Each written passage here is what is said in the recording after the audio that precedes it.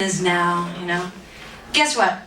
It's not heaven that's now. Armageddon is now. We are dying. We are in hell. We are stardust. We're fading embers. We're burning off heat at 480 degrees. We are 480 degrees hotter than deep space.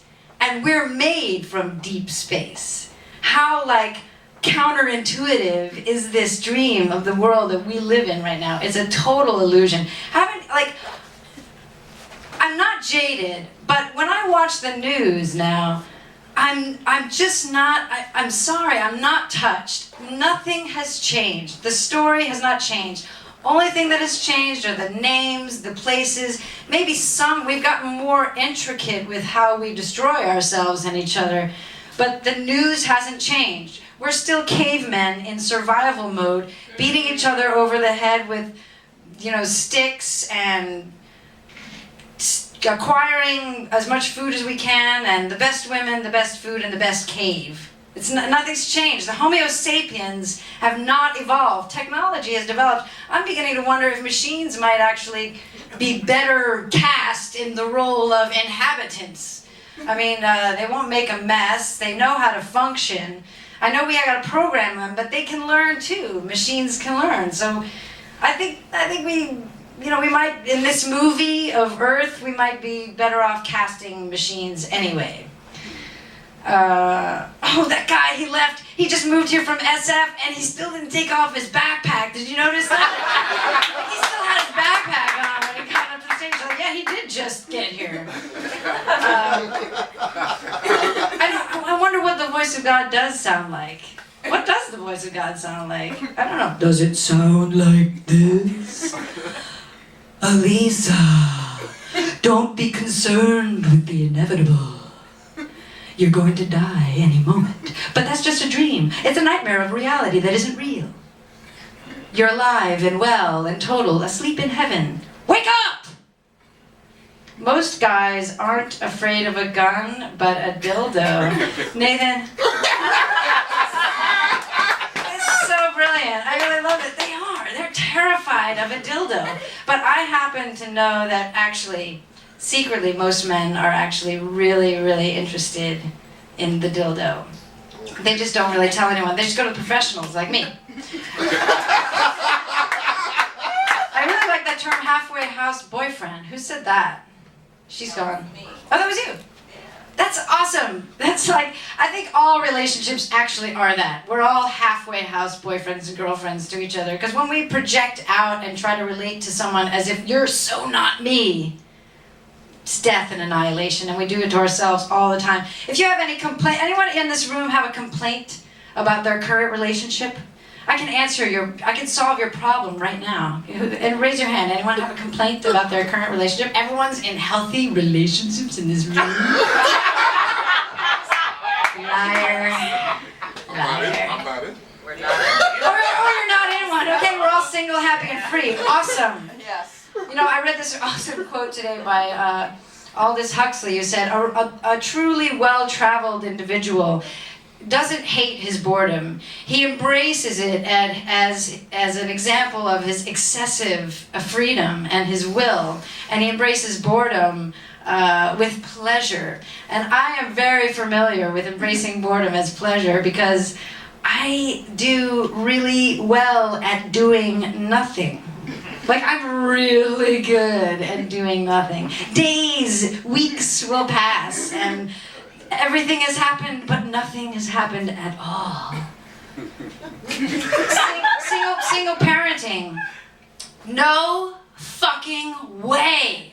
I admire you, but no way. I think the best family unit is at least 3 parents who are equally responsible, but single parenthood, to me, like, I babysat a little bit, and I took care of this 8-year-old kid for like a week, and the parents were gone, and he stayed with me. And by the second day, I was like practically tearing my hair out, and I don't think I would have made it unless my girlfriend showed up to help me. And as soon as she showed up, I ran into the bedroom, and I closed the door, and I locked the door. I get down with OPC. Other people's children. Play with them, enjoy them, hand them off. Thank you very much. And death, by the way, we're going to come back to death now, because I think, I wake up every day and I think about death. And it's not in a morbid sense. It's just because that's what's going to happen at any given moment. There's no contract anywhere that says that this isn't the moment right now, that it's just going to, lights out, gone. I'm done. I could sneeze and that's it. I could throw my hair back and get hit by a truck or something. I mean, there's no guarantee that this isn't it. Right now, this moment, ashes to ashes, dust to dust. I'm going to date myself here a little bit again because Kansas wrote that song, Dust in the Wind. And it really is true, nothing matters. And it creates, I have a hard time participating sometimes in this whole thing, I just, why participate? There's this incredible sense of futility, because it doesn't really matter. And then I remember as a child, I kind of changed my mind about death. I thought, well, if nothing that I do is going to change the fact that this body is going to die, my life is going to end, then what if death is like the most awesome thing ever? Woo! I'm going to die. It doesn't matter what I do in between because I'm always going to accomplish like the best thing ever. I'm going to die and it's going to all end. It'll all be dark and black. We don't actually know. I don't think we can fathom what it's going to look like when all of consciousness wakes up to itself. We can't imagine that, but we can imagine the happy dream. The happy dream where we know we're playing a game and we know that with the bombs fall, that I know it's hard to laugh at that kind of stuff, the tragedy, but I really feel like there's nothing tragic left. There's nothing tragic because it's the same. It's all a play out of the same thing, of a big bang, of a fear, of a shock, of oh my God, I'm separate, I'm alone, I'm gonna die, and I've been abandoned by God. I mean, that's a scary fucking dream. Who came up with this shit? I mean, it wouldn't have been my choice. If I really know that I'm God and that I'm everything there ever was, is, or will be, would I have come up with this plan of... No, I don't think so. Temporal happiness, everything I know and love is gonna leave me or die or get lost. This is a terrible dream, and the only thing we can do is wake up to just now. And I don't know, we do have to pay our bills, we do have to pay rent, and I don't know who would do all the dirty jobs if we decided that everyone would just follow their passions and their dreams, because somebody's got to take out the garbage and clean up the sewage and all that stuff. But maybe there are a set of people on the planet who are awesome at that, and they would just all gravitate towards that.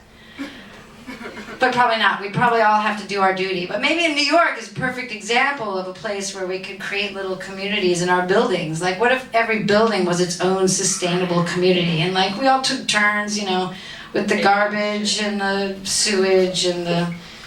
I think those are the only two really, things that we have to deal with these bodies and the waste we produce. But still, we're just going to die, and then machines are going to take over. So Earth is going to be fine. It's the human race that's going to die. The East Village is dying, for example. East Villagers have begun to move to New Jersey. It's kind of insane to think that that's happened, but all of our beautiful venues have gone by the wayside, and people move into these places like the East Village and they take it over. They move in because they're buying into the culture there, but they don't realize that they're just snuffing it out. It's kind of a downer. God, I'm sorry about that. There goes the neighborhood. I know, right? Do we need suffering to have this human experience? There was another quote by Aldous today that I read. Do we need suffering? What would an artist do without suffering? Would he be happy? Would he want to do anything? After all, what is art? Here, I'll find this quote, hold on. After all, what is art but a protest against the horrible inclemency of life? Which is what we've all been talking about tonight. I think we're all equally frustrated, and we just we're preaching to the choir in this room. Thank you, Anthony Johnson. Awesome first run. Right? Totally. I you're 19. You know, most men don't wake up until they're 42. You're 19, man. Keep going. Just keep going. And please get up in front of a bunch of mics. You know, keep... This is awesome. And you're cute, too. Thanks. You know, it's awesome that you're cute and you're awake. It's kind of crazy. I just met this guy who was part of the Montauk experiment, which is a government time traveling experiment. And, you know, when someone makes a massive kind of implausible claim like that, you kind of like, you know, it takes you a little aback, but, you know, it's so implausible that it makes other massive implausible claims seem almost plausible. Like, I didn't come inside you. I didn't out you to your parents. I didn't smell your underwear while you were out of town. But seriously, you ought to have a doctor look at that. I didn't read your journal, but seriously, also you should have a doctor look at that too. And I'm not going to post this on the internet. That makes, you know, the implausibility of time travel really plausible. And this guy really looked like he knew what he was talking about. He just had this, you know, when somebody makes that kind of claim and you can feel it, that they're totally out of their gourd. This guy, you can really feel like it happened. I don't know how, but it totally happened. And then I was trying to buy airfare to San Francisco, and I just kept, after visiting with this guy, I was like, what the hell, man? I'm complaining about an $800 fare to San Francisco. How much does his flight cost to, like, 2063 and back? I mean, that's some expensive shit. It made me really appreciate airlines and their exorbitant prices. Oh, going back to the very beginning, what are we all doing here? Sometimes I sit on my stoop and I look around and I see everybody zipping by and they're really charging ahead and they're going to the subway and they're going up and down the street and they really look like they know what they're doing, where they're going, and why. And I think, I'm the only one on the planet who's sitting here and I don't know what I'm doing and I don't know where I'm going and I don't know why. I'm like the only one. I mean, sometimes I just wish I could just be paid to show up, you know? Just let me show up somewhere, pay me to show up. You know, like tonight.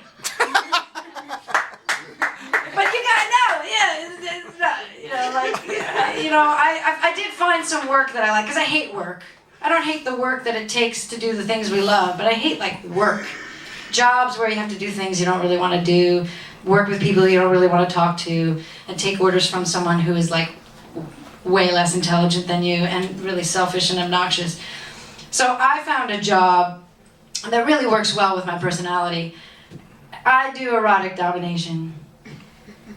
It's true, I know. I'm 40, I don't look 40. I'm 6'5", but I don't look it. And I do erotic domination, and nobody thinks that it's true, but it is.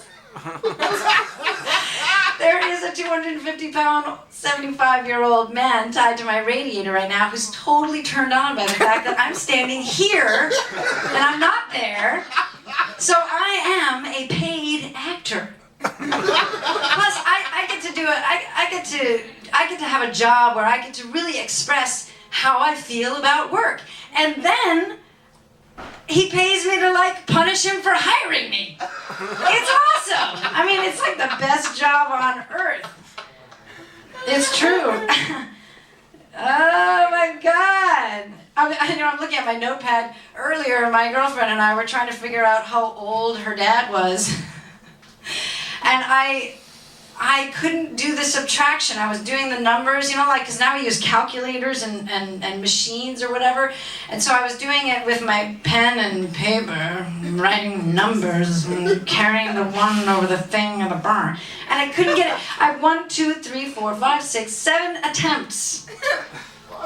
7 attempts, but I did finally get it right. I did finally get it right. I'm not, you know, so blonde. Oh, there was another master claim. I didn't use your toothbrush at the party, at your house party. How much time do I have? 3 minutes. 3 minutes. Oh my God. What am I gonna do for 3 minutes?